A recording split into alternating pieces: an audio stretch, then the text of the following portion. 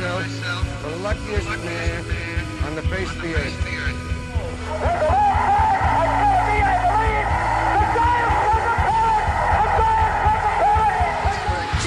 Ends his final game with a walk-off single.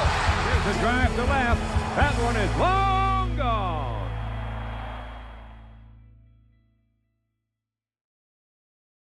Welcome to a Long Gone podcast. This is me, Michael, and with me as always, S-Man. What up? Steve Ford. How you doing, man? Am I nuts off? How about you? Yeah, same. Yeah, we had yet another snow day here in the great state in great city of Grand Rapids. We got dumped with another, I think, solid 6 or 7 inches overnight. So I think we had 4 snow days last week or 3, and then another one today, and then there's going to be more probably later this week because it's about to be fall your balls off cold coming up here. So Yeah, man, I've had it pretty rough the last week. I got really sick before the weekend, and then because I got sick too.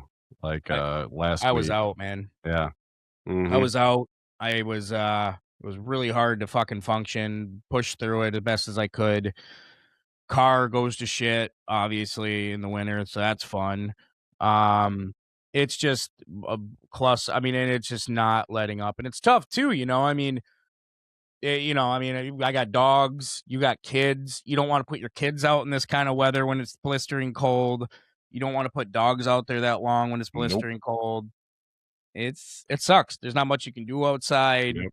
And I work out in my garage, that's another one. Yeah. It's below zero in there. It's not insulated. So I got a little chintzy ass heater, and that's tough, man. I mean, had to delay workouts. It's just stay safe with that too. Yeah, get out the violin for old Mikey and Steve here. It's been it's a rough fucking winter here, man. It has been.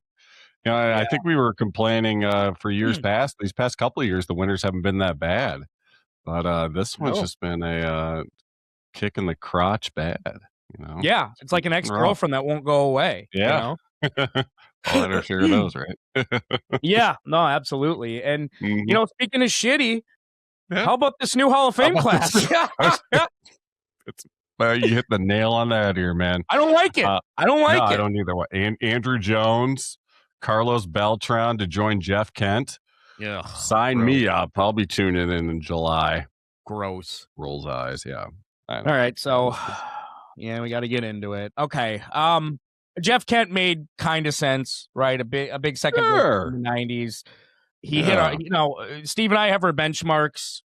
For our longtime listeners, you will know the 500 home runs, the 3,000 hits, 300 plus wins. 3,000 strikeouts for a pitcher. I mean, we have a lot of benchmarks. 1,500 RBIs. Kent has the 1,500 RBIs, right?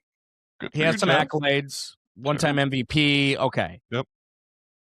The Beltran, the only reason he's kind of in it, right, is because he kind of has, he's been in there long enough, right? The 1,500 RBIs, he eclipsed it, Steve. He was so close to getting 3,000 hits and very close, but he'd have to play, he's played so many years. Mm-hmm. Okay, 1,500 RBIs, we'll go. 9-time All-Star, Rookie of the Year, 3-time Gold Glove, I'm liking it. I don't like the Andrew Jones one at all, and I was a huge Andrew Jones fan growing up. Yeah. And I just don't like it. Nope. It's bad. Nope. I don't either. No. We talked about it before. It's it's not the Hall of Very Good. It's the Hall of Fame. And I don't think Andrew Jones has the accolades to be considered a Hall of Famer. I mean, we're looking at a guy that's a career 254 hitter. So he well below 300. 500 home runs, nope, 434. 1,500 RBIs, nope, 1,289. So this is a guy that he was a fantastic Gold Glove defensive player. Great job, great in the field, 10-time Gold Glove winner. A hell of a career with the Atlanta Braves. Braves Hall of Fame, sign me up. He's definitely in there. Yep, had a great run. Major League Baseball's overall Hall of Fame. No, he doesn't touch any of those benchmarks at all. I don't think. Not even close. So Yeah, that you and I always agree on that. I mean, chaps you my always ass. every time this comes out, you always say that. You're like, this is the Hall of Fame, not the Hall of very good or really good. It's like, and it's so true. And I mean, Saris, I know he's going to hate us for saying this, but looking at your stats, those are benchmarks, right? I mean, you can't really get too analytical when it comes to talking about Hall of Fame players. Yeah, you could sit there and say, well, he was good with runners on when he was against, against a right-handed pitcher at night. It's like, shut the fuck up. Right. You're watering things down so much, It's true. right? I mean, I look at an average. It's an average, right?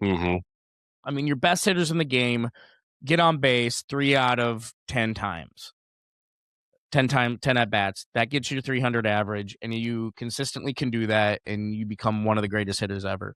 And I mean, when you were just talking about Andrew Jones's stats, I was like cringing. Like, not even 2,000 hits.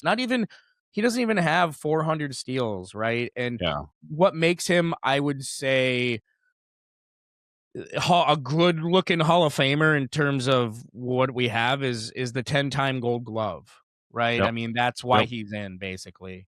And I just don't like it. I don't. If we're going with Golden Gloves, Steve, then why isn't Ozzie Guillen in there? Why isn't, and I mean, that sure shit makes look like Arenado's going to get in then. It's like, oh, you don't got to do much anymore, man. Don't worry about it. Yeah, like, just be okay at the plate and win some Gold Gloves. That's great. Be great in the field.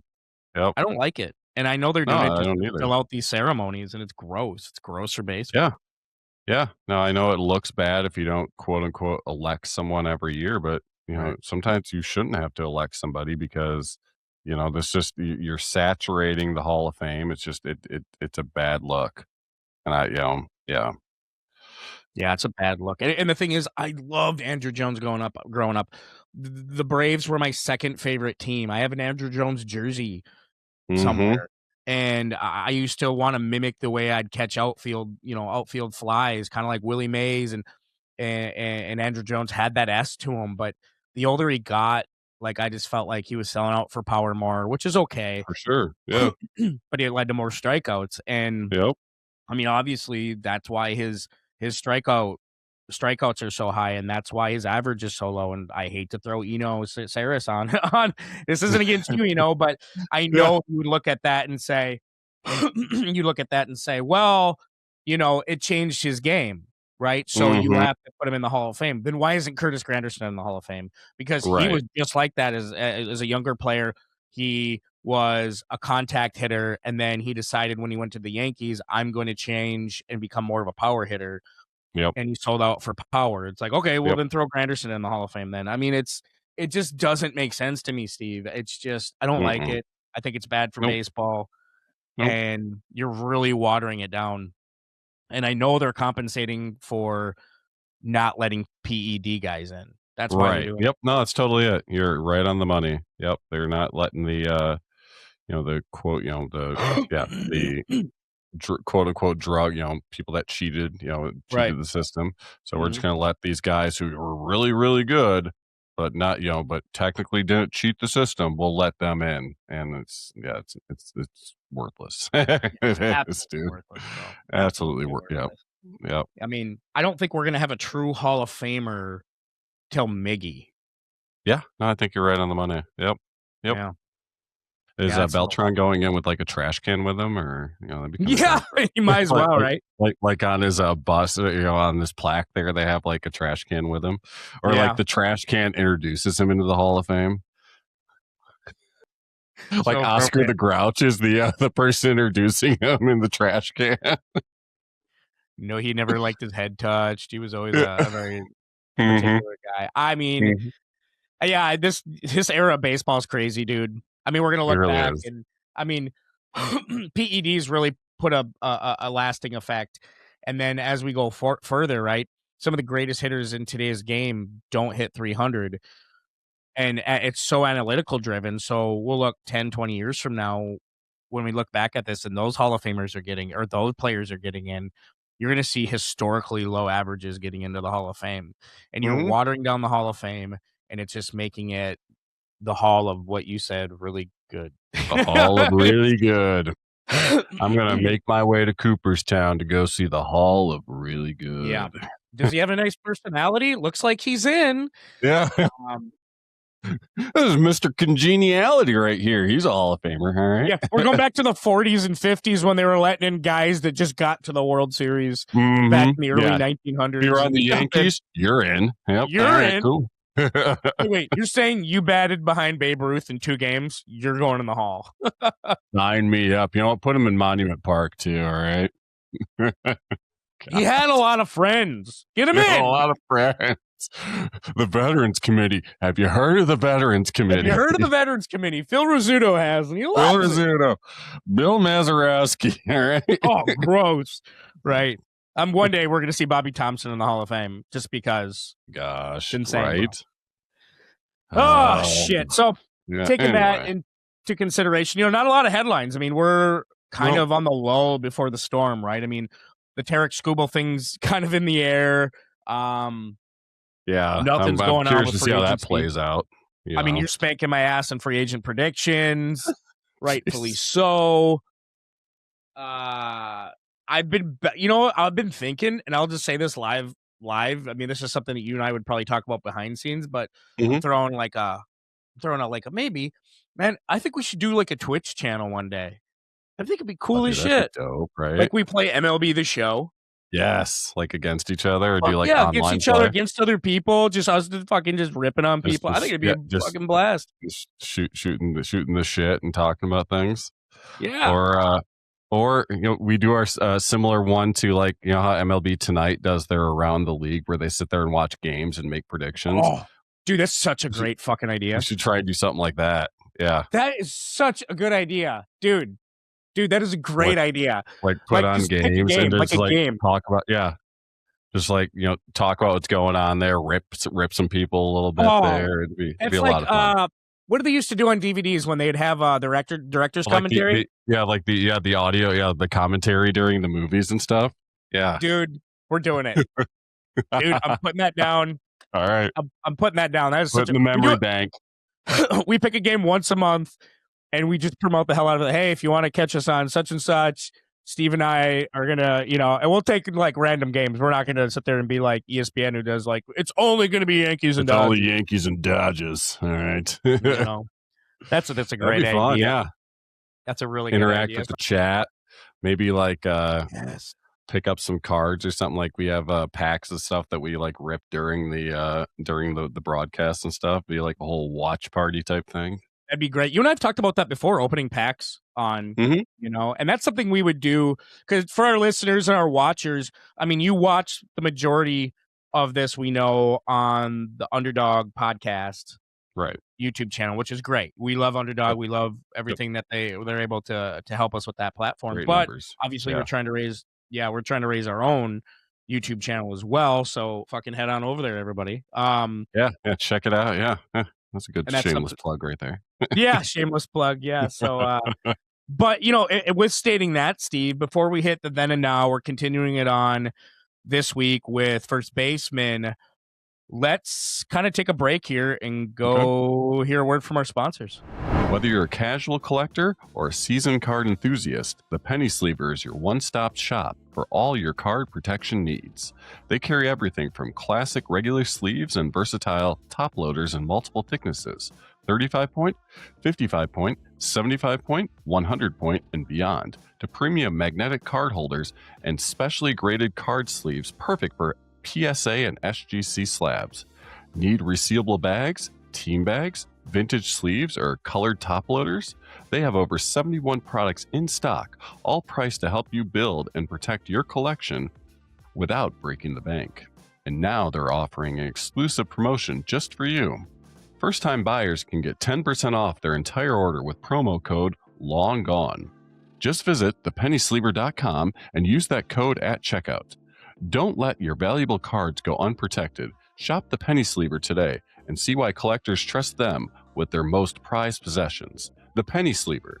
Premium protection, penny pinching prices. Yeah, Penny Sleever, man. I'm telling you, this stuff's great. I might be drinking a little bit of my coffee out of the Penny Sleever mug here today. Yeah, you got yours.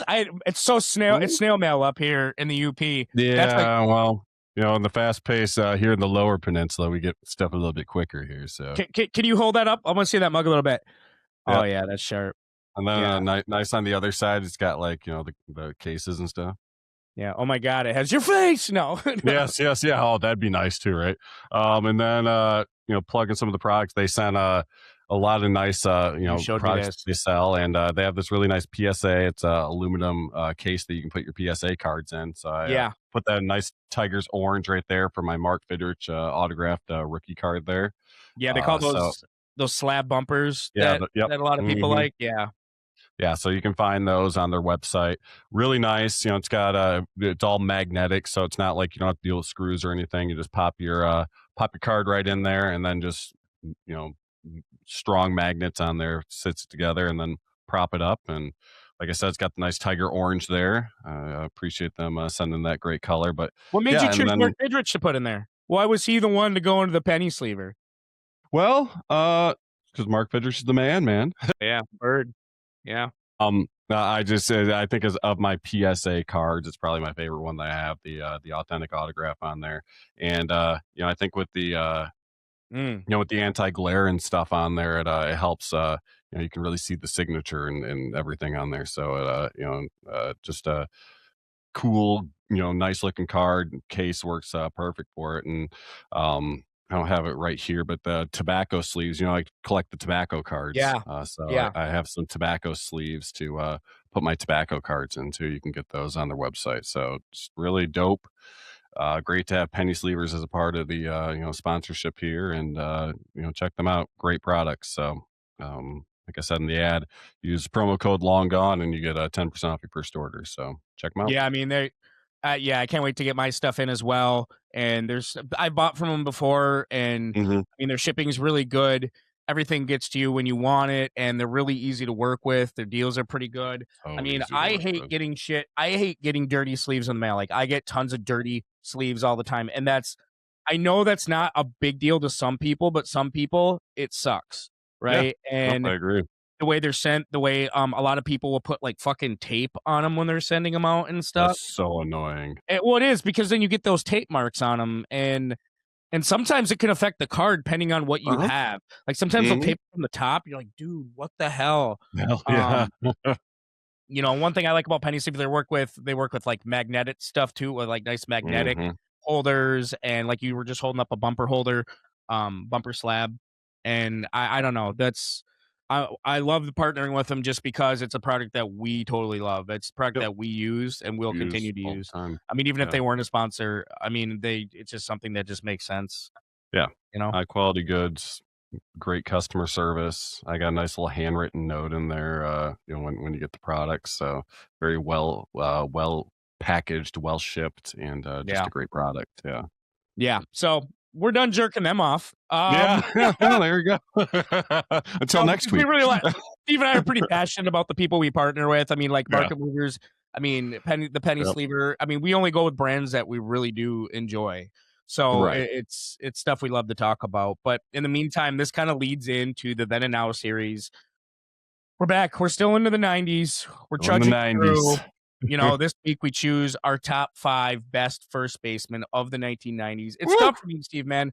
We don't like the PEDs that happen. It's really tough to talk about them.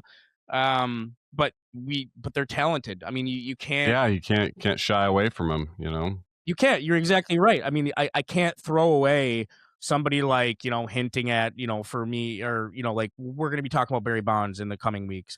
It's so hard. You can't talk about the greatest outfielders of the 1990s without talking about Barry Bonds, with PEDs, without PEDs. It's just really hard. So, Steve, we're moving on to first baseman. Loving your first pick that I'm looking at my rundown right now. I figured you would. This one is a hometown. This is a legend. Yeah. Steve, take us off with your number 5 top first baseman of the 1990s. My number 5 is basically, it's a shout out to your brother Mark Dault and his love of the Boston Red Sox here, and it's Mo Vaughn.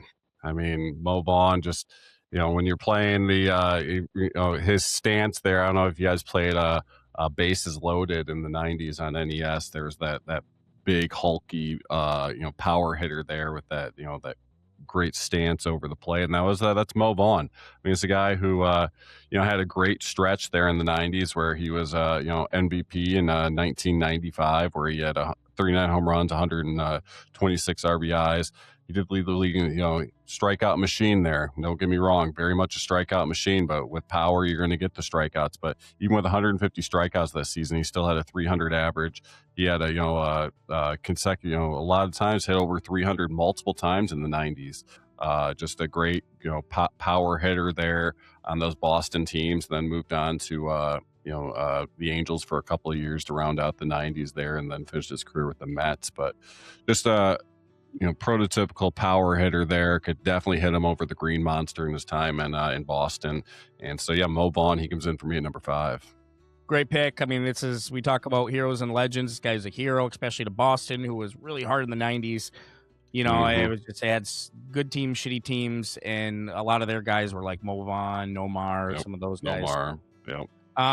For my number 5, Steve, I went with a PED figure in Mark McGwire. Nice.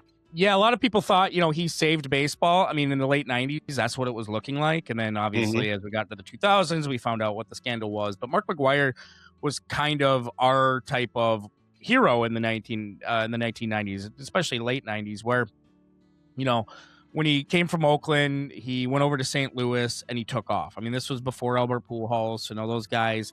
And the thing is, he didn't play long with the Cardinals. I mean, he was with the A's longer. He was with the A's like 11 years.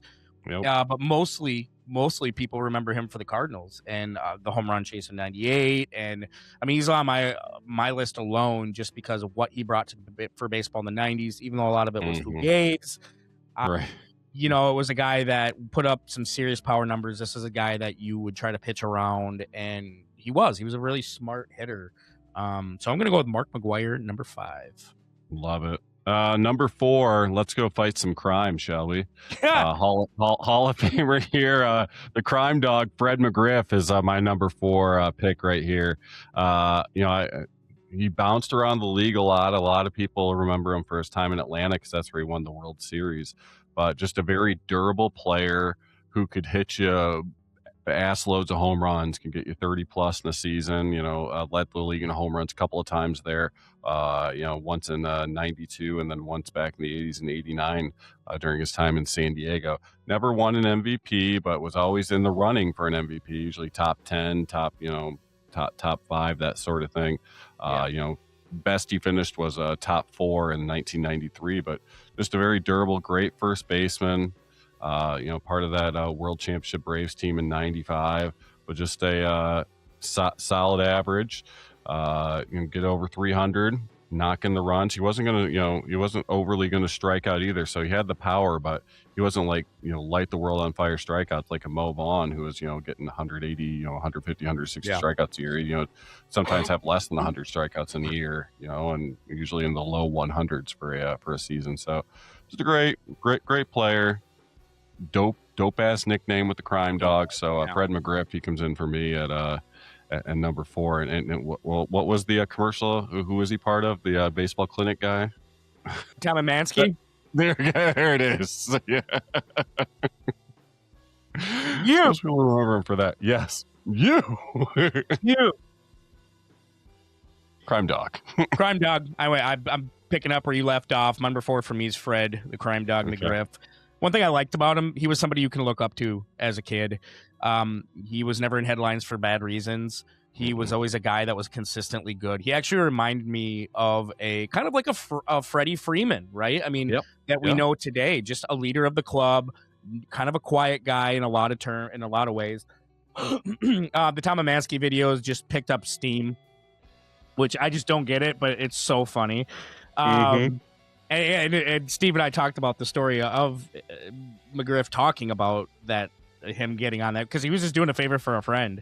It just blew up. I mean, looking back, he probably should have had some residuals from that. But for sure. That thing played for years. Even then, I'll go on YouTube and check out some old Mansky videos. I mean, does he belong in the Hall of Fame? Yeah, that's tough. I mean, he's another one, right? He's a really good guy. He hit the benchmark of 1,500 home runs. He was 7 away from 500. Shit, I would have signed again I would have been like, listen, give me with any team or whatever. Just pump out. I those got to last get these ones. 7 home runs. Yeah. Mhm. But it just wasn't there. But it didn't mean, it wasn't as much to him as when he won the World Series back in the 90s. So, yeah, McGriff for me coming in at number 4.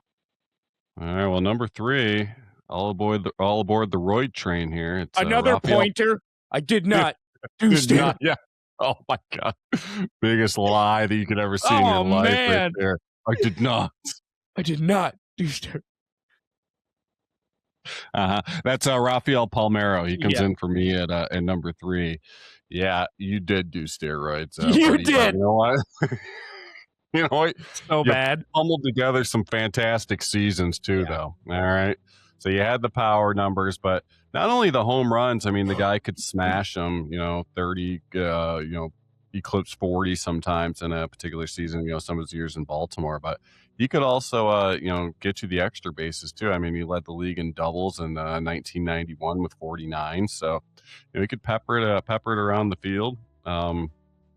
Always, for the most part, a solid average, kind of toppled off at the end of his career, but always a guy that'd be flirting 290, 300 range.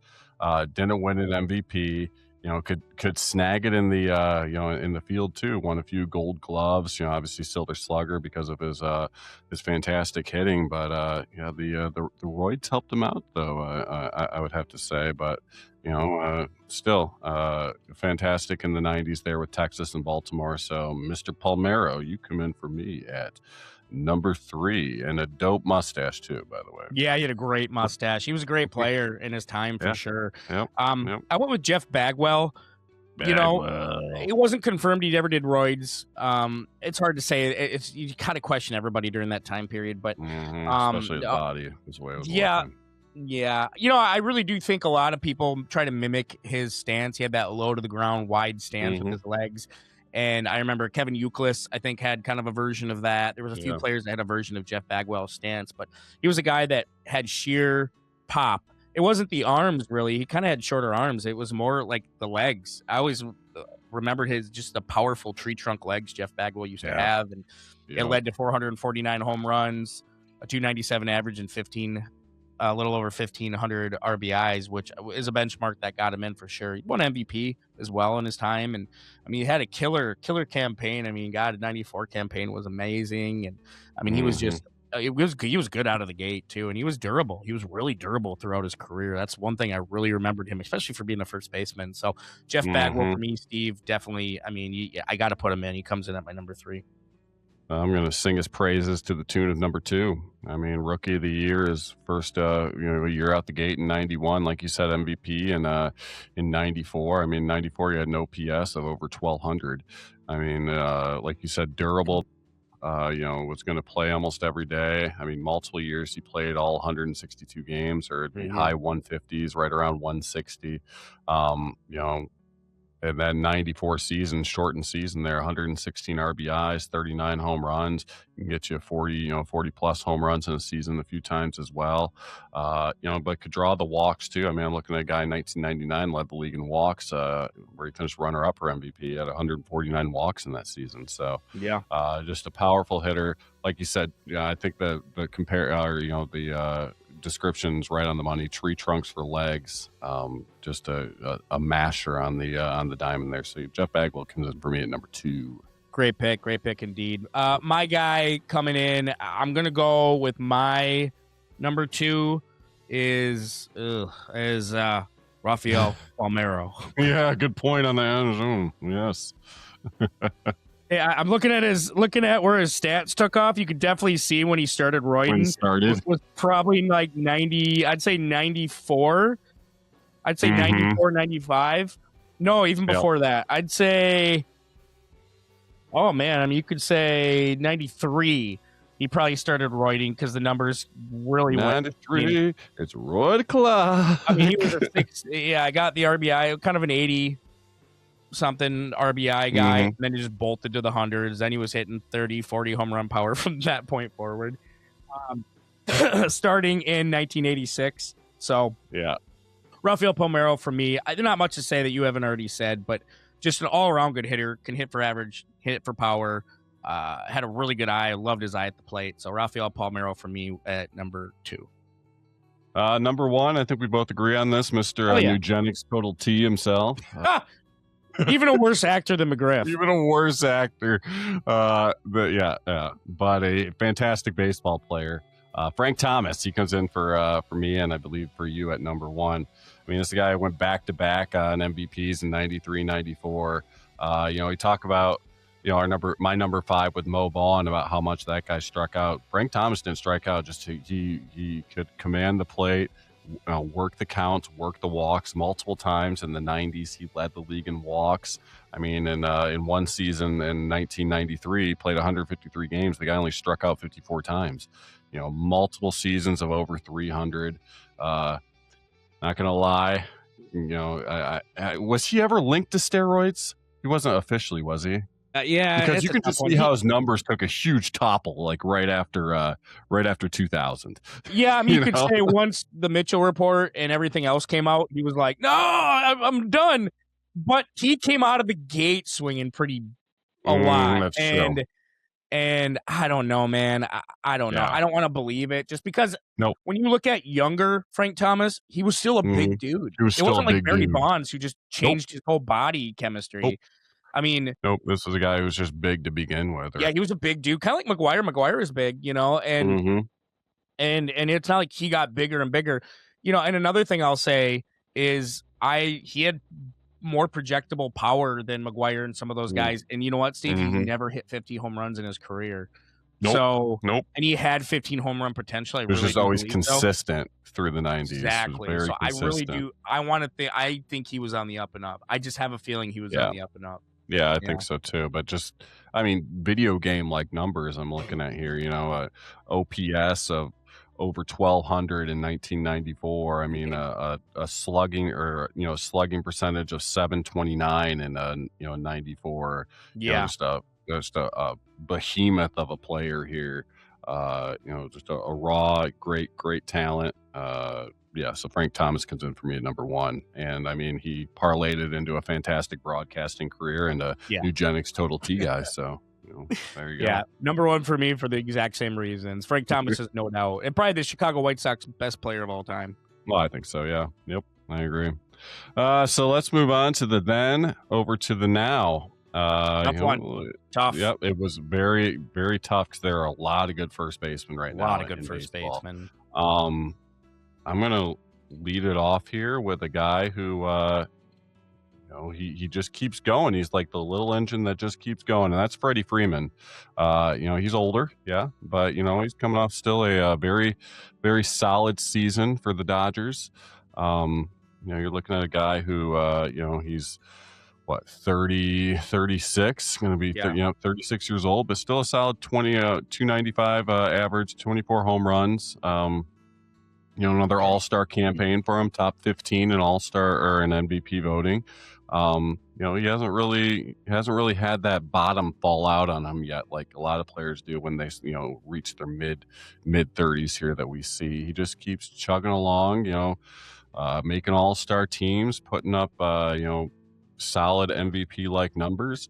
A little bit of a dip in the the hitting, but the average went up from 282 to 295 this past season. So he still keeps going. I still think he's got a little bit left in the tank, and I mean, who wouldn't want to be on the Dodgers, right? Just keep coming along here, be the first baseman for the Dodgers. So Freddie Freeman, you and I have talked about before. I think the stupidest thing the Braves did was letting this guy go. Freddie Freeman, he comes in for me at number 5. Yeah, that's something that history is going to look back on, and people are going to wonder why. I mean, it's not like he was asking for the world, and he still had so much left in the tank, and he is arguably one of the best Braves to ever play. Aside from maybe Hank Aaron, but but for I didn't put Freeman on my list. I feel like I got to say it now. I feel bad. I didn't put Freeman on my list because there is a little bit of a dip. In terms of, I think he's still got it, but I think that there's other better first basemen now that are taking off. I gotcha. And I went where the future of where we're at. And it's not like these guys are overnight successes. These are, even a young guy I'm going to talk about a little bit later. I think the future of the position has changed, but you can't count Freddie Freeman out with his leadership and everything else. My number 5, I went a different way. I went with Rafael Devers. He might be a dickhead, but he might not love first base. But you know what? I mean, as a hitter, he's really good. He's really good. He was never a great glove. And the fact that he didn't want to move over for third base, I get it, but I never thought he was a Gold Glove third baseman, right? I think there was always been better, but he's a 3-time All-Star. He's a World Series champion, I believe, in his rookie season, and then from there, I mean, he's really taken off. Last year with the Giants, I mean, he was really not talked about. 35 home runs, 109 RBIs. I thought he did really well. I mean, he's never a guy that's going to hit for high average, but Rafael Devers, as a 6-foot first baseman, he's on the smaller side, but I mean, that doesn't stop him from just doing what he does. He's a heavier set first baseman, which is fine because you're there. You need the power, you need the bat, and he's got that, man. And for that, he's my number 5. Okay. No, I like it. No, that's a very solid pick. I'm going to continue with the old people. I guess I'm on the old people train right here with my number 4. And Steve doesn't want to let go. Look, if people know me, you know my resistance to change, all right? I'm very routine. My second baseman next week. Oh, geez. I really don't want to let go. You really don't want to let go. Spoiler alert right there. Good tease. Yeah. I'm going with Bryce Harper. Hey, Bryce number 4. Yeah, Bryce is good. Yeah, well, he had a bit of a dip. All right. We're talking about a guy who, in 2024 was sixth in All-Star voting. He missed the All-Star or 6th in MVP voting. Missed the All-Star team this year. Dip average-wise, down to 261. But still could mash those 27 home runs, 75 RBIs. Could still spray it around the field to the tune of 32 doubles, but I'm still holding that hope, man. All right. I'm just hoping that this was just a slight dip. He's still in his early-ish 30s, approaching his mid-30s. I'm just hoping that was just a little blip on the Bryce train right there. So hopefully he gets back to what he can do. And like Mike said, I have difficulty letting go here. So Bryce Harper comes in for me at number 4. Yeah, and was it Dombrowski who said that he's never going to get back to that status of where he was when he was younger? And I mean, Bryce, I think that's enough to piss Bryce off and say, no, exactly. Hold my beer. I'm going to do a little bit better. Hold my beer. It's go time. And for new listeners, Steve and I, we were haters of Bryce Harper at the first year of our show. Big time. Oh, yeah. We should have had our own segment of, mashing on Bryce. Yeah. Harper hate brought to you by Vagisil. No. No lube on this one, right? Yeah. My number 4, Josh Naylor. Good. The Canadian captain. Yeah. I mean, he is such a consistent fucking first baseman, and at 5'10" on the smaller side, again, one of the better left-handed hitters in the game, especially for a first baseman. And he's a guy that can go anywhere between 20 and 30 plus home runs a year, but you get him because he can perform in the playoffs. Why the Guardians let him go is beyond me. Why the Diamondbacks the wrong nailer beyond me. Yeah, totally the wrong nailer, man. Josh Naylor is just arc of consistency. I just wish he'd get a fucking helmet that would fit. It pisses me off so much watching it, dude. It's like Willie Mays with his hat, though. Maybe that's just like his thing. Remember maybe it's his thing. I don't know, man. He might need a new thing because that shit's just annoying. It's annoying. On Twitter, too, people are like, dude, what the fuck, man? Cut your hair, get a different size helmet. Josh his new thing in Seattle. Number 4. Yeah. It's on his contract. They tell him he had to get stipulations on his contract. He has to get a haircut and get a better fitting helmet. Fuck yeah, dude. Speaking of people, teams that shouldn't have let someone go, is my number 3.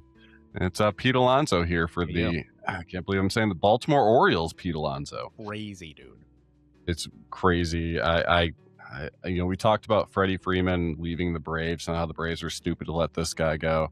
Let Freddie go. I think the Mets are stupid to let Pete Alonso go because he was the face of that franchise right there. He was the New York Mets. I mean, this is a guy who's extremely durable. I mean, back-to-back seasons of playing all 162 games, doesn't want to leave your lineup. Major jump average-wise this past year, went from 240 to 272, upped his home run output by 4, and then upped his RBIs from 88 to 126. This guy was just continuing a trajectory upward, and if I were the Mets, I would have kept him around, made him the face of your franchise. But nope, we're going to jump on the one. So, we paid Soto all that money. He's going to be the face. Can't have two faces, right? So Pete Alonso's gone, and their loss is Baltimore's gain. And of course, he's in his early 30s here. Playing first base, got definitely a lot left in the tank. It's going to make Baltimore's lineup that much better. So Pete Alonso, he comes in for me at number 3. Number 3 for me, I went with the kid, man. I went with the kid that is not an overnight success. This kid was great with Wake Forest in college, got drafted, boom, you're in the pros in less than a year. Nick Kurtz. We're big fans of Nick Kurtz on this show. Mm-hmm. And I know, I see you, Nick Kurtz. I see you on my Instagram checking my shit out. I know you're checking our shit out. So for sure. You're a classic first baseman. You kind of remind me of a Carl Yastrzemski of first base. I praise. Ooh, okay. Okay. Just the way he does things, man. I mean, he does everything right. I hope I'm not eating my words. I hope he has a great season and it continues, because those sophomore slumps are real. But Nick Kurtz is the prototypical big first baseman, 6'5", right? He's lefty, right? And he came on the scene a little bit later with the A's, and then he just said, "Fuck off." Yeah. Look, he just put his big old fucking dick on the table, and he's just like, I'm here. Gonna be a Vegas superstar. So Nick Kurtz for me. Patent pending, because we still don't have a team name, all right? Yeah, Vegas might not want you guys. Yeah. They might just say, Nick, you can stay. The rest, get out of here. Yeah, the rest of you, get the F out. And, Justin Wilson, we kind of like you too. You can stay there, all right? Yeah, just don't get the rest injured of you, anymore. Deuces, all right? Yeah. Just don't get injured anymore. Don't get injured. Exactly. I like Nick Kurtz so much that I put him at number 2. Right. Usually, you got to go by the sample size, but you know what? The sample last year was ample for me. Rookie And it wasn't of the year. semen. And no, it wasn't. God, it was not. You talked about it, man. He came on, kind of set the world on fire, took a step back, but then figured it out again, you know, and then just continued chugging along here. I mean, this is a guy, Silver Slugger, Rookie of the Year, 12th in the MVP voting. Like you said, he was mashing in college. He's going to continue to do the same in the majors here too. Like you said, hopefully no sophomore slump, because those things are real. But this guy just, he seems to be able to adjust and change on the fly here. So I think he's going to be okay. I do too. So Nick Kurtz, he comes in for me at number 2. Great pick. I could see him battling number 1 next year for both of us, if he continues his trajectory. Agreed. Number 2 for me, I went with the polar bear too, man. Pete Alonso. It's weird to say Baltimore. It's so weird. And I'm still kind of just like that gif you and I send each other of that Jason Bateman gif where it does that slow zoom on me. It's like, looking like, huh? What? The smile changes to a scared look. It's one of our favorite gifs. We always send each other when the realization hits. It's like the smile melts off his face. He's like, no, he just looks around. That's what Mets fans are still doing. I mean, you might have upped it by getting some key free agents, but I still think the hole that you made by removing Pete Alonso is going to be troublesome. I don't think you need a consistent power guy. You can't ask Juan Soto to be consistently your power guy. I've always thought Juan Soto is at his best when his hit ability shows up more than his power. Right? Yep. It's a guy that can get on base, produce runs, but table set as well. And I think that's where Soto lives in. He is very much in the mold of what Rafael Palmeiro did, right? I mean, talking about first baseman, in the mold of what Freddie Freeman can do, right? He can do a little bit of both. And I think that's kind of Soto's game. Pete Alonso's strictly power, man. And the thing is, he upped his average. He keeps upping his average. He's not a liability like Kyle Schwarber is at the plate when it comes to that kind of stuff. So, and he's just a prototypical who you want at first base. And he's a good leader. I thought New York did him dirty, man. I mean, remember that before Lindor and that, he was all they had for the longest time. Yep. Mm-hmm. Oh, and the thing is, I think he would have taken a hometown discount. I mean, for sure would have. He loved it in New York. Yeah. I mean, you look at what Baltimore paid him; they're not breaking the bank. So, just total fumble by the Mets. Pete Alonso's still one of the great first basemen right now. So yeah, he comes in for me at number 2. Number 1, guys. Speaking of the Brinks truck, I mean, I think 2 years in a row for you and I. 2 years in a row. I mean, there's no one better right now, I don't think, and that's Vladimir Guerrero Jr. I mean, he got paid, and as opposed to some of our players here in our hometown cough Detroit Lions who got paid, he didn't take a step back. He just continued chugging along. 292 average, 23 home runs, 84 RBIs, consistently playing. 156 games this season, 159 games last season. Plays a great first base, just a hell of a hitter. And I think with his age, only 26, going to be 27, he's going to be on the top of that list probably for years to come. So Vlad Jr., he comes in for me at number 1. Same for you. Same, just echoing you, man. Yep. He is the David Ortiz of today. He's a fun-loving mix of, and he knows he's the best. And I think that's not a testament to these other guys. I think these other guys are great in their own right, but I think Vlad is only getting better. It just sucks that when they paid Vlad, the Blue Jays knew if Bo Bichette was going to be great that season. I don't know if his... Yeah, I think by paying Vlad, they basically said goodbye to Bo, but I don't think they meant to do that. Yep. Because when they signed him, they were still thinking like, okay, Bo, he might walk and it might be okay, but it's like, fuck. I mean, the Batman and Robbie totally broke him up. I mean, that could have been such a good tandem for so long, and it just another ball drop on the Blue Jays. I mean, I don't hate their free agency, what they've done in the offseason, but just the Bichette thing, it's just, man, you should have signed Bichette.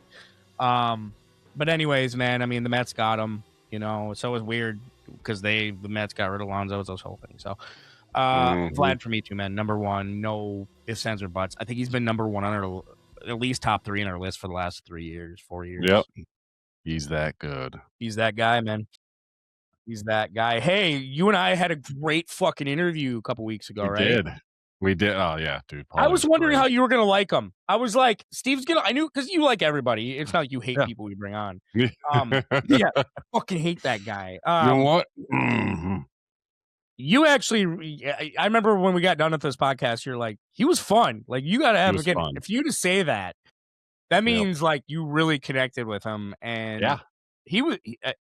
I could talk to that guy for another 2 more hours or something. We talked to him for a while. We did, and it was just bros hanging out. I mean, it was one of those things. I love having guests like that every now and then, where it's just like, let's talk shop. We did this during for a collection corner segment, and it was just fun because this is Paulie Campione. He goes by Paulie. It's Paul, but we call him Paulie. Everybody calls him Paulie. He is on the podcast, What Do You Collect? A really good podcast. I think he started his podcast as being like a collection podcast. And while it is still a collection podcast, he does talk about other things. He works for ESPN. He's just a really nice guy all along. I mean, he's just a really good guy. And we can't wait to have him back on. Yeah. So shall we head on over Collection Corner? Let's do it. All right. Yeah. Ready to ride the next big hobby wave? Market Movers puts the entire sport card and TCG market right in your hands. With pricing on over 7 million cards powered by real sales data from every major marketplace, including eBay, Fanatics Collect, Golden, Heritage, and more.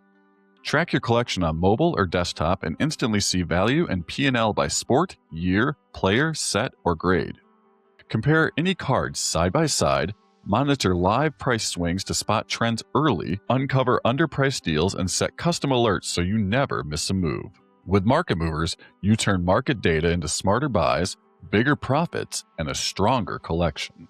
Sign up today and try it risk-free for 14 days and get 20% off for life with promo code GONE20 at marketmoversapp.com. And a special bonus, in February, we're giving away a hobby box of 2025 Topps Heritage High Number. To enter, sign up using promo code GONE20. We'll compile entries from December through the beginning of February and announce the winner during our February Hobby Huddle segment. Market Movers. Make every card count. All right, with us today from the podcast, What Do You Collect? We have Paulie Campione. What's going on, man? Oh, hello, fellas. How we doing? Good, man. How are you? Jump on here and chat with you. Steve, Absolutely. Michael, I'm a big fan and love the podcast and just thrilled to be here chatting with you guys, chatting sports, whatever, sandwiches, food, desserts, spumoni, whatever you want to do here tonight. Yeah. We're going to have some fun. Love it. Yeah, Love it. absolutely. Hey, how far are you into your podcast? What episode are you on now? This is I went into another season after the holiday. So this is season 2, episode 5. So we're about 17, 18 episodes in. Cool. Roughly. What made you want to start your podcast up? Like, because I remember, when we talked and we were talking about your background in collecting. What was this something? Because I know you work for ESPN and you have a media background. Was this something you were like, oh, I want to like kind of check out this medium a little bit and explore something you're passionate about, or was it something you just kind of fell into? It's definitely something I fell into. It came out of a need in a way that just kind of came along with my collecting of physical, and then from 2021 got into digital collecting. And to me, it's kind of a big fan of all the known collectibles, your Tops, your Upper Deck from back in the 90s, collecting, through the years, Panini. But when the digital stuff came out, I was like, this stuff is cool. It's a lot of fun, but I'm like, very few people know about it or take the extra second to like look past maybe their initial like perspective or what they heard about it in the past. So I said, you know what? I maybe if I started just talking myself, because the thing on the internet, a lot of the people say in the digital world or NFT world, they have like, PFPs and image files, lizards with their tongues out, monkeys. Nobody knows who's who over here. So I said, I'm just going to stick my dumb face out here and talk about it and just help, whoever wants to listen. Yeah, if you have questions and, this is kind of like what it's like to collect digital. It's been a lot of fun, and then it just kind of snowballed into the fact of that. You know what? I want to talk about other stuff too. I like collecting. You got back in the day your figures, your starting lineup figures. Who collected these things called headliners? Funko Pops came out. Your bobbleheads. It's like there's a huge amount of people that collect these different items, but a lot of times when you just hear about the collecting world, you just keep seeing the same maybe top of the crop. That's all you really see, the same 2-3 things. So I said I'd love to get out there and kind of tell the stories of those that collect these other items out there and kind of share it. So that was it. Stumbled into it and said, right, let's give it a go. So it's just been contacting and people reaching out, telling me about what they collect, basically. So I was like, this is it. This is the show. This is what I'm having fun with. I love to spread the news, and it's been a fun ride, and been getting a lot of cool guests and great stories out there and things that I didn't even know existed. As you'll, take a look at the pod, you'll hear some fun stuff, and the different collectors that are out there are just amazing, because you can't find them all at a trade show. That's the fun, because the trade show, you're normally going to get what they're there for, either sports, physical cards, or you're going to a Pokemon card show. Like, that's it. Yeah, you rarely see all this type of stuff at one show, where you're going to get your comic books, your cards, your figures. It's hard, it's almost like a flea market. You got a better chance of running into those different people out there. Yeah. Going on the digital, I was watching your latest episode, talking to the ladies of collecting, and I saw that you and one of your guests actually have digital cards in physical form. When did that really get started? Yes. Yeah, it was really cool to see. Like a card that moves. It's like Harry Potter, it felt like. Yeah, exactly. Listen, I got a slew of them behind me here.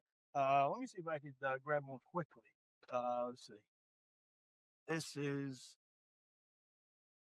You talking about Harry Potter when it was like the newspaper with the Yeah, with, or somebody...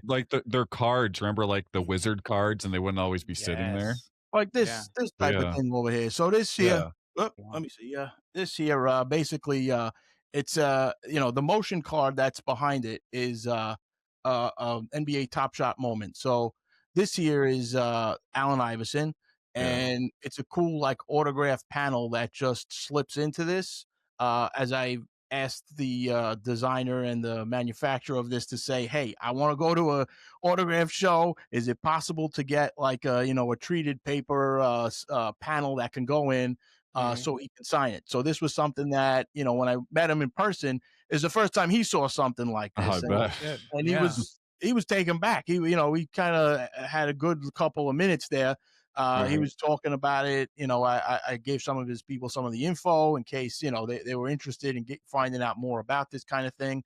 Where it's a play of his, so he's there watching this whole play on this actual display that I have. So it's pretty cool. That something like that I think exists because I love collecting cards. But a lot of times I'm there looking at the static shot, and I'm like, okay, now I got to replay in my head. Okay, how did that home run go, or what was that Right. pitch, or whatever it was. So this is the fun of just here it is. Here's the whole clip, and it's basically on a blockchain. So in I guess a quick technical term, there's like a paper trail in a way to see exactly like how many were minted of this file, Right. how many of them were sold, bought, who owns them.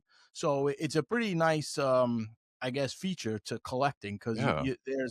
there's no there's no question about authenticity when you can see exactly where it was. Right. Here it is. Like there's only 99 of them, and then they have things like burns where it's all of a sudden you can burn your moment if you don't want it no more. So you could technically go out there if there's 99 of them, buy all of them, burn 98, and now you got the only one left. Like, I mean, one. That's insane. So you could basically just chip away until you get down to what number you like. holy shit. Oh, that's Is that cool. like a loophole in that in the system in that industry, or is it like that's crazy? It's not really a loophole. It's a way to kind of say that, what's the demand and what's the supply of this. It's kind of nice in a way, I think, to say like, hey, if there's all of a sudden the prices keep coming down and you're like, this damn, like how many times you have a card and you find out, okay, it is, there's tons more coming out. All these boxes haven't hit the shelves yet. So now my card that was 50 goes down to 20 to 5, to 5 eventually. But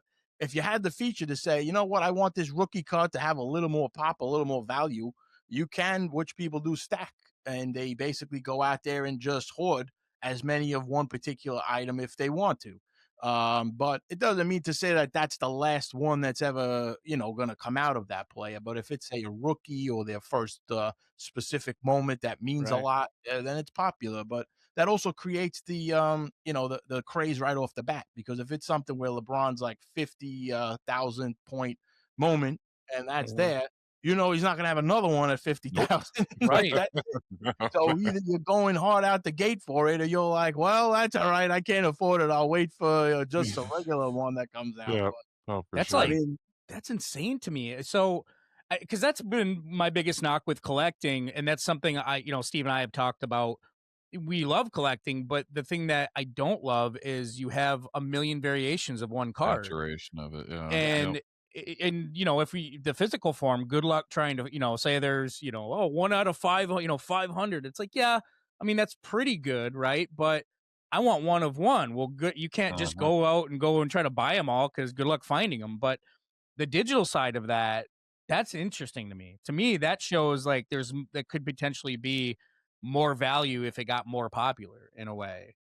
I don't know. It's hitting bottom. Yeah. I mean, yeah, of course. That's why sometimes if you look online or if you look through social media, you might find people blowing up and going off at a moment. But it's like you're going to find that with everything. But when it comes down to it, if you just collect something you like, you're not going to be all ticked off when it doesn't, really it drops significantly or something. Like if you're like, hey, this is my guy, I love this team, like I'm happy with it, like that's what collecting is. And to me, it's kind of like, yeah, if you want that one of one, I mean, you can chase it. But sometimes you just like the moment regardless of how many there are. It's like, okay, I remember this playoff moment, Yeah. where you have the Oklahoma City Thunder taking down the championship. If you're an OKC fan, this is the first time you could buy like a championship, Yeah. a video highlight of this. Right. I mean, it's the first time in, their history. So it's something that I would say like, hey, I'm definitely owning one of these things just because I'd love to relive each of these moments by each of these players because it's a special, championship run and I want to watch it over and over. I mean, it's something that it's a license by the NBA, so it's something that it's not just, hey, these guys are, ripping video here off of Yeah. YouTube or anything. So, Right. it's a officially licensed product and all, which is a big thing with me because sometimes in the physical world, when you all of a sudden start seeing some rubbed off team's name on there, I go nuts. I don't know. I can't get crazy about a rookie card when it just got the guy's number and I don't know what That's team. how I feel with I don't like Panini. that. Yeah, that's why when I see like a rated rookie or something like a Donruss with Panini, and it's like, well, it says Baltimore. I want the Orioles, or Yeah. New York. I want the Yankees. I know. I want the actual name on the jersey there. I don't just want some rec jersey. It looks like it doesn't mean as much to me. Yeah, or I hate when they do this is the first card this player has, and it's not even like he hasn't even made his like pro debut yet. Like he's not in Major League Baseball yet, hasn't, he's in the minors. To me, those cards aren't I know a lot of people loves those cards, like the Bowman first, but until they play like their first game in Major League Baseball, that's what I care about. I'm not gonna get jacked for something that, he's still in AA and Yeah, the guy's got a foot out of the shower and hold on, let me get a photo of you. That's it. Guy didn't even take the field yet. Come on, give him a minute. I mean, the guy never plays. Maybe he decides, you know what, I'm going to football. I'm not going to play baseball or whatever sport it is. Now you got a picture of the guy standing there with a hat, and he decides to go somewhere else. I mean, I want to see them on the field.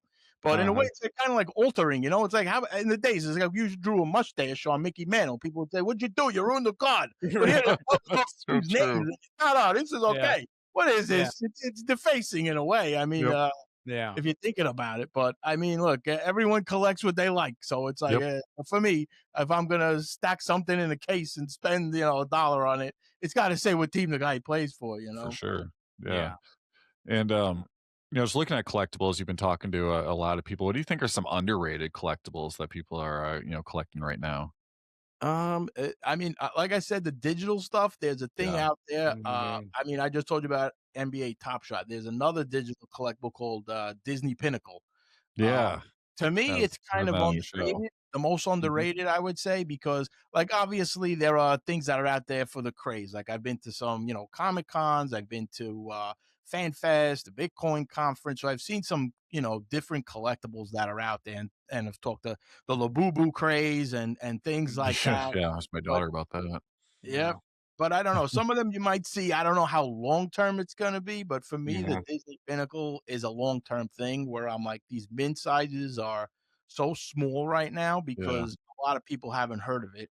Then there's if you're a Disney Plus subscriber, you get a free pin every month. You got to just go to your Disney. I didn't know that when I was watching your podcast. I was like, I'm a Disney Plus subscriber. I guess I'm going to have to get in on this too. There's a reward page that you could get all free stuff by having it. If you're paying every month, you could if you get a few bucks back, it helps in a way. For sure. You never know. If your free pin you get, maybe if you get a limited one, some of them could sell for, a couple hundred, depending on if you get, the one of the rare ones that are in these like capsules that open up. But because to me, Disney characters, they don't get sick.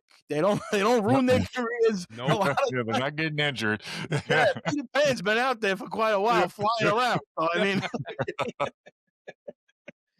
Oh, for sure. But I think it's definitely an underrated thing. And it's a lot of fun because it's like there's so many things you could trade with your friends. And then it's something where you got a lot of these people going to like Disney World and, going to the parks. Yeah, I've been seeing that on their live streams. Yeah. Yeah, like there's in tons trading of places and trade. It's like it's a huge community between like the Facebook groups that are out there, the postings on Instagram and all those clubs that are already in existence. If I feel like if they get into the digital stuff, which already I know by the Pinnacle community, there's definitely some crossing over because it's pretty cool when you can go out at nighttime in, in Disney World and you have like one of these, like the same thing like I have here with these physical, Mhm. there's something that is just like starting to come out, but like you could then, wear this and go around with Yeah. your, and at nighttime you got a glowing like Disney pin on you. I mean, it's pretty, That's I incredible. think it's pretty nuts because everything that they sell in there and having, it's like you're not gonna find that unless you show up with it. So who knows? Maybe as this becomes more mainstream, I think that might Do you have a think it good. is getting more mainstream? Because that's something that Steve and I talk about when, like, we're Topps Bunt fans. We're huge Top Bunt fans. But over the last, few years, Steve, we haven't collected a lot just because some of the stuff Yeah. they came out with hasn't been great looking. Not to say it's garbage. Sometimes they come out with some real fucking Mhm, stunners. But there's Yeah. other mhm. ones where it's like, it's just, man, I'd rather have the physical card of this. But do you think, I know with NBA Top Shot and some of them, I mean, you're going for moments, you're going for the live look of everything and everything you're talking about. Do you think it's right to even call like it's a niche kind of thing, or do you think it's actually beyond that now to where it's actually gaining, like it's going to be mainstream within less than 10 years? Yeah, I think it's every year. I think it grows because I think every year if you get like a new product and you still see the original company still out there, that means that Yeah. they're making money. They're Yep. not going to be doing this if it's a loss. Right. So they're not doing that at the good of their heart over here. But Nope. I Nope. think that it is definitely becoming more mainstream in a way because the youth is just more glued into digital. And I Yeah. feel like they see as long as that they have the rights to it, like why not try to sell this as well? Because you can do both. Like, with the Disney, you got the Topps Chrome cards that have come out. They've been selling for, how Right. what 2, 3 times the box price from what they originally Mhm. came out at. Yeah. So you can have the brand selling physical, and then if you're, say Disney, for example, you would say, hey, we're making, money is going well on that side. Let's take a look at the digital aspect, and if people buy it, then I mean they're gonna invest, I think, into it. So I Mm. think the more that the brand gets behind like spreading the news on that it pretty much is becoming like I think like a lower level of mainstream, because obviously you go to trade shows, if there's one booth doing something digital, it's a lot. Yeah. But I think the trade shows are just, that's the place for them. So it's kind of, it's digital. You're going to see obviously digital advertising for it because Mhm. that's it. That's its natural world. So Mhm. as things go on and on, I mean, we got, Apple Watches, iPads, laptops. I Yeah. mean, it's all digital here. So you don't have to leave your house if there's ever, No. bad weather. You could rip packs all night and go broke. I mean, you don't got to go to Sure. Target or Walmart. You could do this from For home. I sure. mean, Yeah. it's Now the crazy. convenience is very, very much so. I know, a couple of years ago when I was really into bunt, just buying the diamonds in there and just Yeah. getting the coins from various things, and you're just sitting at home, ripping packs just on your phone. And I bet the convenience part of it helps too, because you got Right. like your whole collection is just right there on your phone or your computer, and it stays with you. If you have a flood or a tornado or something rips down your house, so you're not going to lose your cards because they're right there, in your pocket essentially. Yeah, and it looks Yes. good, like, if you're holding an iPad or, like, a tablet and you're open those cards, it looks nice, right? Because it's, I mean, it's crisp, it's appealing. It's better than these fucking huge cards they give you with these, Oh, like, those those toppers or whatever. Oh my yeah, god, they're top and I loaders. have I hate nothing to them. I put them hate in. them. Look at What the this. hell is this? Wow, that thing's huge. I put Look it at next that. to Yeah. put it next to my graduation photo in the living room. Right, dude. We're up there like this. When put your hand on, Yeah, right. Yeah, yeah. put my hand under my Oh, chin for. I look like a Yeah, dope. let me put in my book. Let me find a sleeve. Like, no Yeah, way, all man. right. Like, no I way hate you're they're fitting so that. Mantle. ugly. Let me buy a Yeah. mantle so I can put my top loader on it. Yeah. Yeah, it's like, Seriously. but that's why digital does look better on big screens because you can open it anytime and it looks nice. You can 360 view it. I know a You're not Topps gonna Bunt ding, anyway.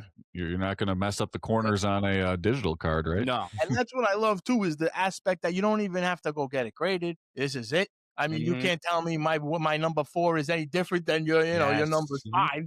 It's the Yep. same digital card. So, Yep. I mean, That's it's a true. fun aspect on that, as well for collecting. It's like collecting stress free in a way, because Yeah. Yeah. sometimes, how many times you see somebody get a good card, or the back of it is blank. You're like, oh, great. Now what do I got here? Is this worth less? Is it worth more? Mhm. I don't Right.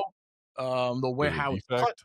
I mean, Yeah. you know, that's why I'm like, so, for me, I'm not I'm not super into if it's a mint 10 or not. Like for me, if it's the card that if it's like Same here. I've been saving up for a while and always been looking at getting, you know, a Mickey Mantle card from 1957 because my dad was a huge Mantle fan, Yeah. and 57 is the year he was born. So that's where I finally got through. Now Beautiful card, it's not, 57. you know, it's not anything it's a bad condition or whatnot. It's got, you know, folds in it, but at least it has a back. At least it didn't get ripped off or some kid wrote his like, you know, house address on there. So I Right. mean, just to say something, like, to me, it's like I just want to have a piece of something like from that time, regardless of its grade, you know. So it's, I don't know. Same here. That's how I like to collect, and I also collected in the top bunch of. I love the end of the year packs that they had. Well, that yeah. they loaded with the frozen cards and all that Yes. stuff. Yeah. To They me, throw everything together in the mega packs. yes, the mega Yeah. packs. Yep. Definitely was mega packing it there for a while. I think I got one Otani, you know, several, yeah, it was like several diamonds later. Yes, Google Play Store was loving me that Oh, holiday for sure. season. Man, when Top Spunk came out, I almost went fucking homeless, just fucking buying diamonds. I'm like, oh man, here we go. And you notice you're not getting anything. I mean, you're getting some stuff that are cool, but I'm like, yeah, this ain't worth it. No. Yeah. How about the Facebook groups and all that stuff, communities? Did you get into those with the Oh, bump yeah. as well? Because I was, Yeah. that's how you work out trades or anything like Yeah. that. But I'm like, bro, why didn't you answer in my trade? I mean, what's going on? I'm Yeah. in the app trying to trade you, but then you find them on Facebook. They feel guilty. They're like, all right, now the guy knows who I am. Tracked me down.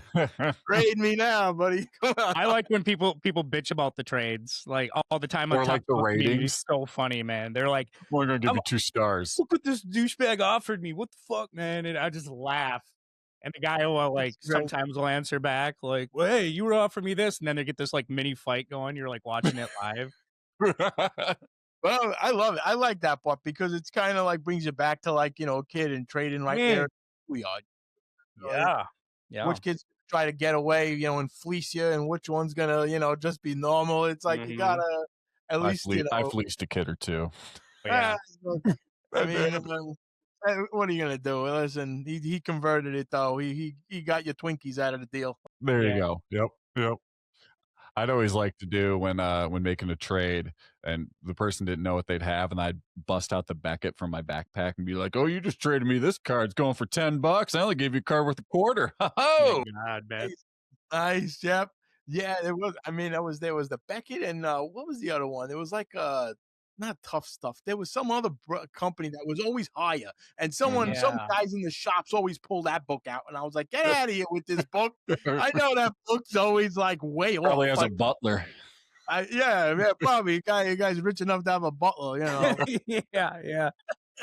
Like me, as I looked to my left and my right, you know. Grapes, more grapes. More. I said seedless, damn it. Seedless. What is this? Yeah, what is this? But yeah, it's true. The question I have, just talking baseball, since we are a baseball podcast, with all the people you've talked with on your collecting journeys, do you have a story of a most memorable baseball collecting find that you've seen? If so, what would that be? Yes. There's a lot of baseball collecting finds. I know John Newman, a big, obviously of the Sports Card Nation. Yeah, he's a big collector, and I just love that he has the original Jackie Robinson card, as it's he's from Brooklyn originally, and kind of one of those lifelong, I guess missions to get one and come back to his roots of collecting, being a huge Jackie Robinson fan, Brooklyn Dodger fan. He's out there too at the trade shows, puts out some great content as well. I think I would say he definitely has a nice story to his collecting, collectibles of that. Having the original Jackie Robinson, I love going back to the old stuff. To me, it's some of the harder finds out there to get, and those that appreciate it, because sometimes also I'd say Tim of the sports card, the big league find. Oh yeah, big league. I had him on on an episode. He's all right. This was crazy. I mean, it basically has like 20 million cards in a warehouse. Is his personal collection. So if you see him on the big league find, Tim's got a crazy collection of stuff. He's just there sorting through like one Ricky Henderson rookie after another, like stacks and complete sets. That's unbelievable. 50s and 60s, like it's insane. Like that, as far as like the massive amount of collecting that he has, is just would I'd love to connect with him, as he said, to maybe check it out in person. But if I can, I'll definitely be putting that those videos out there and doing a full look at what he has, because it's just so neat to have that many and that old. Yeah, I remember with there's only so many people that own the T206 Wagner card.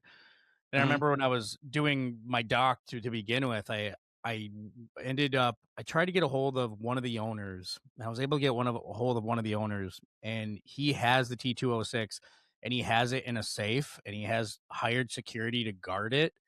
I'm like, man, what the fuck? Like, really? So I remember I got in touch with him through a writer that did a story on him. And I didn't talk to him. I talked to his assistant or his manager or whatever. And he goes, listen, to talk to him and for him to pull the card out, you got to pay him. I'm like, am I talking to the right guy? Like, what are you talking about? He's like, yeah, well, when he pulls the card out, he has to pay extra security. He has to pay, like, I mean, he pays just to get it stored in this like private safe and like a vault. And he showed me pictures anyways of like the process. I couldn't believe it. And I mean, the value of that card's, millions, but I couldn't imagine. It's almost like a curse having something like that, because you would have to, it'd be great to own it, but then at that point it's like, man, then I got to be worried about it forever, and I got to take care of it like it's a kid, Basically. Yeah, that's true. It's like if your significant other is more attractive than you. That's a heck of a thing to carry around. You got to be worrying. You got to need extra security. Yeah. Like, who needs this? That's it. What am I getting involved with here? This is more than I'm voting for. That's exactly it. I mean, be wondering. For a comparison, it's dead on. So to have going back to the guy you were talking about with that big of a collection, I feel like that's almost just too much. You're always worrying about getting taken care of, that kind of collection, making sure your valuable shit's like just locked up good, and you're constantly accumulating stuff. And then when you pass on, it's your kids that got to deal with it. What I mean? My daughter. Yeah, definitely. I don't know. I think though I think he really wants to connect with collectors for his sake, and I think he wants to kind of disperse of it to people that are there we go. really, really willing for it, and have been seeking these items for a while. I think it's kind of like that's cool. A mission that he's made out of this collection, to say like, I want to get these into the right hands. So that's pretty awesome. I think definitely. Look him up, take a look into him.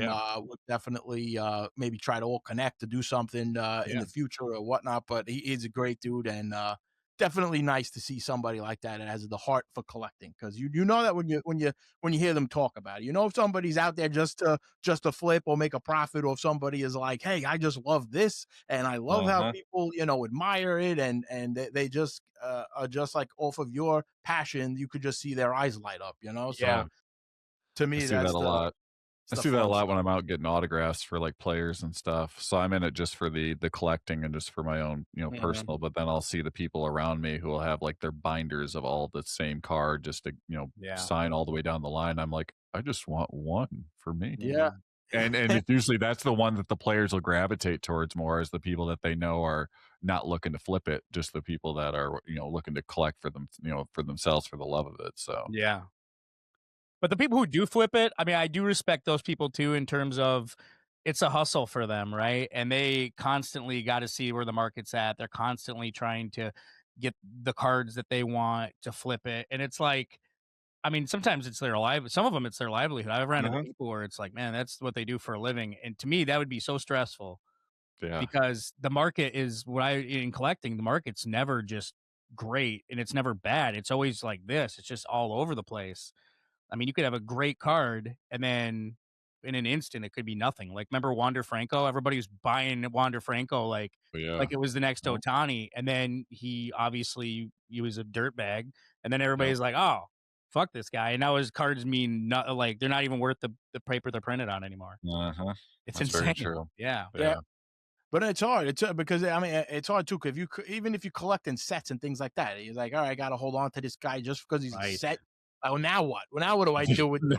You know? Yeah. I mean, it's, in a way, you gotta. I mean, that's the comes along with, I guess, set collecting. But I don't. That's something that I don't know if what you guys think of that in the physical world. Do you see like I don't personally see a ton of people going after physical sets, but in the digital No. world, I gotta say, there's a ton. It's a big thing with that. But Yeah. I wish, in a way, though, I wish it came back. You know, like for the physical aspect, at least I it do would too. give some value to some of these other cards that are thrown in there, like these other.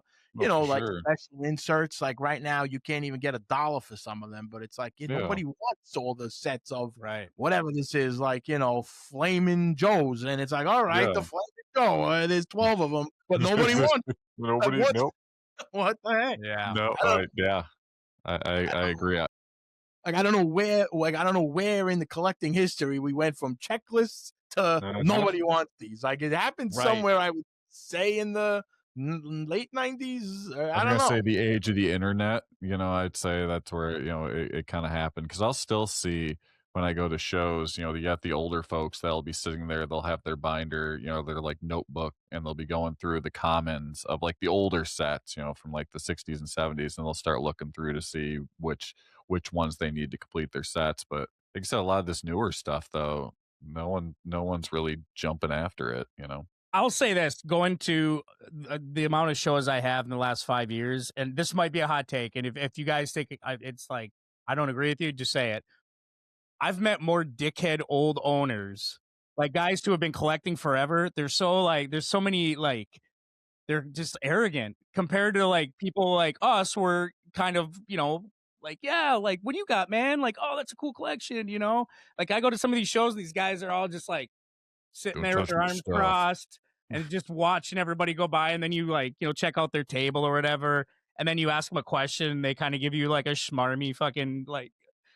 There's some guys are really nice. What frustrates me, some are really nice, but some are just like they're just too cool for it or something. Like is the ones where they have their cases but they don't put prices on them, so you're forced to talk to them. Yes. And then hear how outrageous the price is, and we're like, all right, moving on. All right, thanks. Yes. And it's a hot take, but also you got to think of this. Guess how many boxes of packs that they've ripped and gotten junked?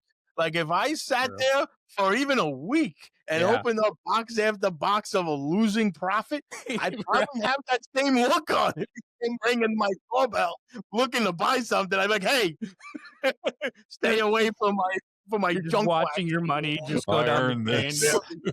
I mean, it's like going walking around the casino late at night. The guy scrounging for quarters. You want a smile on his face? Come on, man. Yeah, that's so true. That's so true. I know, but that's some of the hard part about it, because to me, it's like, again, with the digital, I'll go back to, it's like yes, there's like packs you could just rip through, but and it's like, all right, I'm not getting much of a hit on this, but I think that since it's a overall more limited mint to this stuff, it's like, all right, you might have taken a loss, but you don't have zero or less than $1 for the 5 cards in your hand. I mean, it's like there's at least somewhat of a value to it, where it's, like I say, like you want to collect what you like, but you still don't want to see what you're collecting is worthless, you know? So it's like, it'd be nice to see less, I think, like printed cards out there, or to me, I want less one-of-ones, because if you got, how many one-of-ones could come out in a single year? Because it's like, you're going to make, you know, a one-of-one out of the Topps Chrome, a one-of-one out of the basic Topps card, and you're going to have all these different, so you could have how many one-of-ones coming out in 1 year, say, of LeBron James. So it's like, is it really one-of-one if there's like 10 of them that came out in just 20, 25? Like, I don't know. Sometimes it's like, let's keep those certain things special, but obviously I know it drives packs and box sales and all that, but sure. But it might end up being some like yeah, I mean, it could be the wax pack kind of craze in the late 90s or late 80s, early 90s, where it was just oversaturation. And I feel like that's going to happen eventually. if it's not here already. Because there's some where, I mean, I don't even get excited when Topps comes out with their first set of the year, because it's a lot of it's just base card, and you hope to get, you know, maybe a relic or something that they're peddling in there. But then it's like, okay, well, this is one of a million that's probably out there. You know what I mean? So, and sometimes it's not even good, you know, but yeah, there is. Yeah. Sometimes, yeah, I agree. It's just sometimes it's too many physical cards. Yeah. It's like the Cooper flag craze with the. I mean, I bought a box and packs and whatnot, but it's like, you know, there's a lot already. It's like we're not even at the All-Star break, and there's how many variant like cards are there between the parallels and the inserts? I don't know. I don't even know which one is worth anything, because sometimes you look and you're like, oh, that thing's crazy. And you're like, all right, $25. It's like, oh, okay. I mean, it didn't look that nuts. It was an insert. I thought it'd be more than that. You know what I mean? Like some of them, but then another one could be, wait a minute, there's only, you know, you got to turn it around and look if there's a serial number on the back. Yeah. And then that's it. Then you hit the jackpot on that one. But it's hard to tell, like right off the look, until you research, you know. But yeah. I mean, gone are certainly the days of, you know, say you want to collect Patrick Ewing's card for his career, and he has like one per year, and maybe an all-star card. Now it's like, you know, 30 per year for the same player, you know. So I got the only like Lawrence Taylor rookie card. Like, I mean, that's it. It was only like one, and there was like a sticker. I was like, that's about it. You get it. Yeah. But I mean, it's something that I don't know. It's kind of like I would kind of like to see, in a way. I don't know if it will ever happen, where you can kind of like bulk trade in some of your physical stuff in order to get something else. You know, even if it's you know, just for, you know, for show in a way. But it's like, I'd love to like take a lot of the stuff that I don't have, you know, meaning for, and give it back, give it to somebody else, where it's like, hey, you can get a pack for this, you know, you trade in 500 of your, you know, repeat cards, and you get something for it. You know, it'd be cool just to see if they did something like that, where you could mail in and get something in return. I don't know, just to kind of for base cards, it'd be nice. Yeah, because people are throwing away base all the time, and it's like there's got to be something better for them for base. Even if it is, just giving it to somebody else and getting something out of it would be nice. You know, I would like that, and just to keep it going, where it's like, oh, there's a reason why I have this stuff, and you know, at least as you go to trash cans at, you know, card shows, and you're seeing cards, you're like, what the heck? Somebody was sat there taking that photo and was like, oh, it could be his first shot from the dugout, and it's like, hey, it was, you know what? You know what?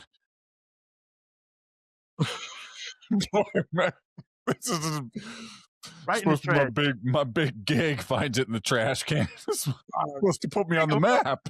I think of the guy behind the camera once in a while. No shit. Well, I like the one thing I really love that I collect a lot of is the Topps 70 project cards. They were big when they came out, and they're still kind of big. But one thing I like about them is it's not so much about the player is a big part of it, but you're collecting the artist, right? The artist behind who created that card, and that's giving props to I thought that was a great thing Topps did, and I don't know if they have it for other sports, or they're gonna, like, if NBA or NFL or anything is gonna join in on that. But the baseball did it, and I thought it was like a great idea, because it promoted the artists a lot, which there were some good ones. I loved it. I had actually Josh Trout. He's a artist for Topps, and he was on an episode. So we talked a little bit about that from his end, and, you know, just how much I love to hear of. He was talking about like how much they really were asking and putting on the artist themselves to kind of get a feel for what they want to do, for, you know, what kind of look they wanted the cards to have. So I like that, because it kind of gave the artist a little freedom to kind of say, okay, I want to introduce something, you know, through my eye. You know, it brings me back to those, you know, original were they Diamond King, the original old Diamond King. I love those ones. Yeah. They were they were like my favorite. Like, you getting that in a pack. I mean, most of it was junk packs, but you got that one. It was like, it could be worth $1, but I was like, this thing's great. Like, I love a Mark McGuire I could remember in my head exactly. Like, it's just like so cool to see, you know, just like the painting of it. But I would love if they bring it back. I mean, you got some of the stuff like, you know, Panini's doing the downtown cards. I mean, you kind of got a feel for it, but I know it's not, you know, it's not it's cool, but it is more. I like more of just the standard, like a painting, like from the artist's perspective. Because sometimes if it's got goofy stuff behind them, it's like, all right, Takes we away got from it a little bit. Jalen Brunson, then we got King Kong behind them. Like, all right, like Yeah. There was a couple weird ones. I know they had for the Top 70 project. There was this guy that did everybody.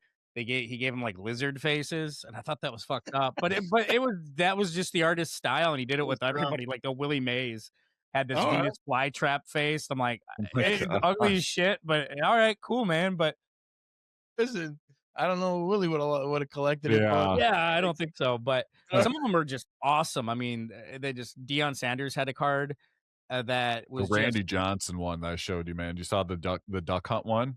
yeah. So it was where he pelted that bird. Remember when he Yeah. hit the bird in spring training? They made a card of that. Like he was on it was like a Nintendo game for duck hunt, and they Yeah. basically had them all pixelated and the bird all like getting crushed. It was beautiful.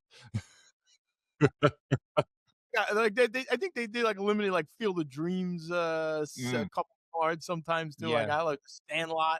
I think they kind of did like some of those like short runs on things. I mean, I like seeing that stuff too because They did this new one. I don't know how long they've done it, but it's like the Bob Ross collection. So they gave everybody like a Bob Ross fro, and they put him in like a Bob Ross painting. I'm like, what? Like it shows. I got a Mookie Betts one. I love collecting Mookie Betts, and I had this one where he's doing his Mookie like side dance, and he has this giant afro, and there's like a paintbrush in one hand, and then there's like a Bob Ross painting behind him. I said that's ugly as shit, but I'll grab it. Whatever. And who put them out? They were legit like prints. Tops. Yeah. Oh, Yeah. I think they've done it for like 2 years now. Okay. Yes, some of them you'll get guys that will like be holding the paintbrush, but it's mostly they're in a Bob Ross painting. But some guys they give the afro to, which obviously it's stupid, but they call it the Bob Ross collection, and it's like okay, but they're funny looking. It's great. I mean, it's just like anything. Like how many times when you were a kid you wanted the Wheaties box just because who was on it? Yeah, you know what I mean? It's like the Wheaties things was a big collectible. I think for a while. And they still have some good value to it. I mean, I don't know. Some people kept it with the cereal. I kept just some folded down boxes I still got, but it's hard. It's hard to know if there's cereal inside. I don't know. I'm worried about where I'm storing this stuff. You got fastball flakes still, don't you, Steve? I do have 2 boxes of the fastball flakes. One's in my dresser, and the other one's on display in my basement. It has Justin Still have the Verlander cereal in there. But an even older one is because I collect Christmas stuff. Is I have a box of Holiday Lucky Charms from 1992, and it still has the cereal inside. So I'll pay you to eat some of that. Oh, gee.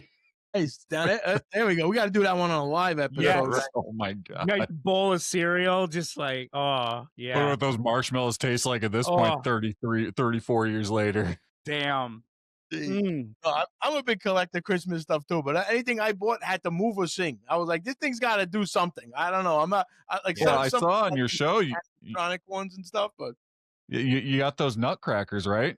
Oh yeah, yes. That was I stumbled upon that one. That was just that was a little special. These 2 things were in the clearance section. I said I can't let this go.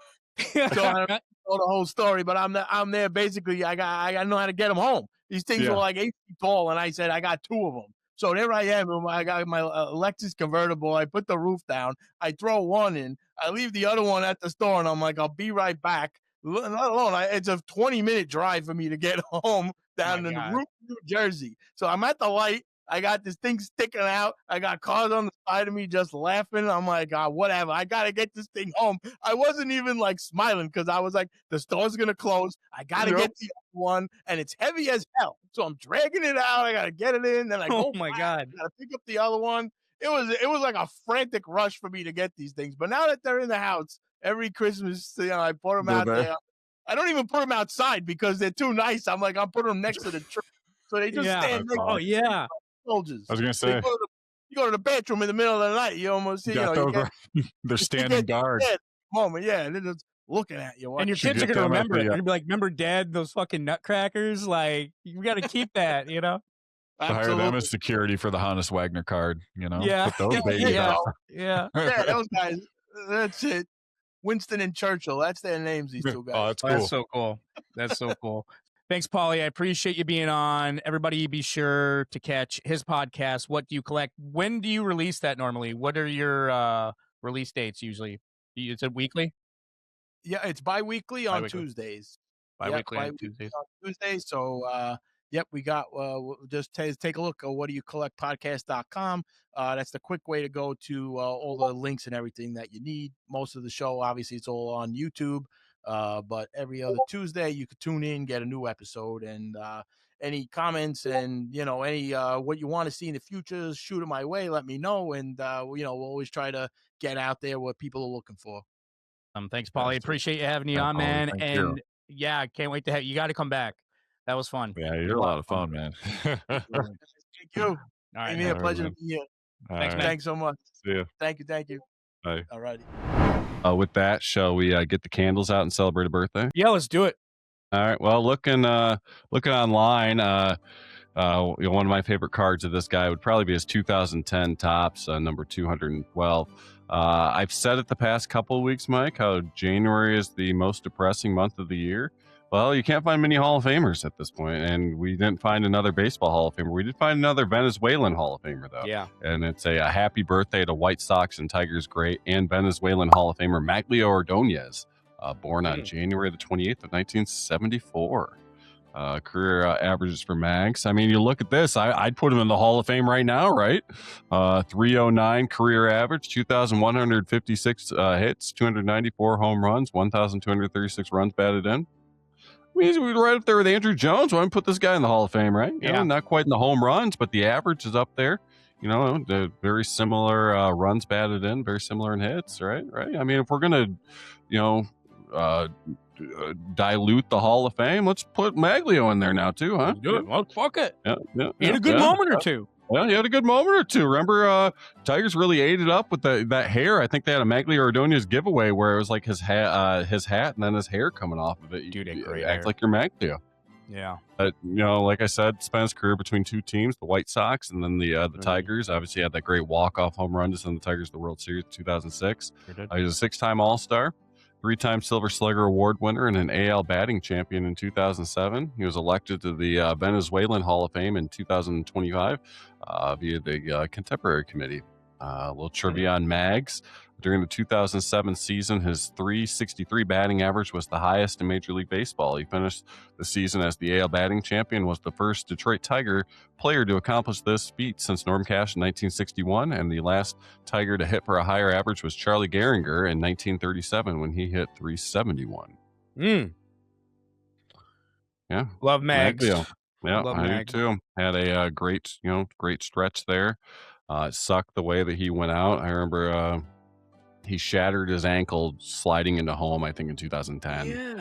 And was out for the rest of the season. And then the Tigers didn't pick up his option for the next year. And he announced his retirement. I think he had like a ceremony that spring or something. Announced his retirement and had a nice little send up by the Tigers. But yeah, I mean, just a really, really good hitter for a good stretch of time there. So yeah, I mean, he gave everything to Detroit. I mean, the classic home run in 06. I mean, just one of the best great professional. Another really good White Sox player. Yep, really solid White Sox player. So happy birthday to Mags. Happy birthday, you son of a bitch. There we go. I'm going to say that all the time. It's Every time.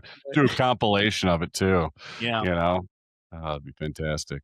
Well, that's a fucking show. Good show, man. Very good show. Yeah, we got some stuff coming underway. A couple good interviews coming up. And what, next week we move over to second base for then and now? Second base. For the 90s? Yeah, should be fun. I'm sure 92nd baseman, huh? It's hard when I was looking at second baseman. There's a lot of good ones that came from the 80s that bled into the 90s. Bled in. Yep, I agree. Your Ryan Sandbergs, even your Jeff Kents. I mean, some of those guys. Maybe they'll be on our list. Well, stay tuned. Find out. That'd be worse than the fucking. What do we do? Was it the 50s or was it the 70s? The 70s shortstops were scarce. 50s, I think anyone in the infield was like, I think that where we threw Phil Rizzuto in there because it was pretty bad. Yeah. There were some bad ones. It was hard with certain positions. We're like, we're just I think at one point you were choosing guys because they had cool names. You're just like, Yeah. never. Yep. That's you got to do what you got to do, right? Everybody, thank you so much for listening. Be a bud, tell a bud. Look out for other stuff that we're going to be doing. Love the commentary during the game. That is wow. That'd be a lot of fun, right? Fucking great, dude. But guys, thanks so much for listening. Have a great week, and we will catch you guys all next week. Deuces.